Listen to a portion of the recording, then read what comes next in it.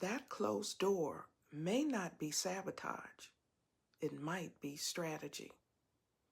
Every no is not from the enemy. Some are protection. Some are redirection. Some are divine rerouting. In Acts chapter 16, Paul was blocked from going to Asia, not because of failure, but because a different mission was ahead. The Spirit closed the door so something greater could open. Womanist theology teaches us to trust our inner knowing. And liberation theology says closed systems sometimes lead to open resistance and new paths. A closed door is not always punishment.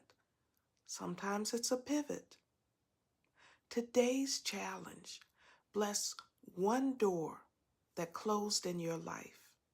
Say thank you for the redirection. Comment, closed but covered, and tag someone whose setback was really a setup.